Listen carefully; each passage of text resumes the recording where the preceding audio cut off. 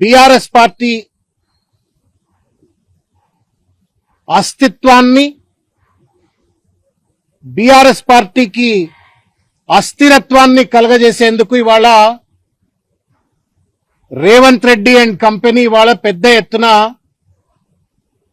Congress party పెద్దలందరూ కూడా ఇవాళ పెద్ద ఎత్తున కుట్రలు బనుతున్నట్టు ఒక వైఖరిని మేము తీవ్రంగా ఖండిస్తా ఉన్నాం. వెనకటికో సామెత ఉన్నది, పనిలేని పెద్ద మనిషి పిలి తలకాయలు కొరిగిండు అన్నట్టుగా. రేవంత్ రెడ్డి గారి ప్రభుత్వానికి పరిపాలన చేయటం చేతగాట్లేదు, ఇచ్చిన వాగ్దానాలను అమలు చేసేటువంటి తెలివి లేదు, మంత్రుల మధ్యన సయోధ్య లేదు, ఒక శృతిలేని సంసారం లెక్క ప్రభుత్వాన్ని నడుపుతున్నారు.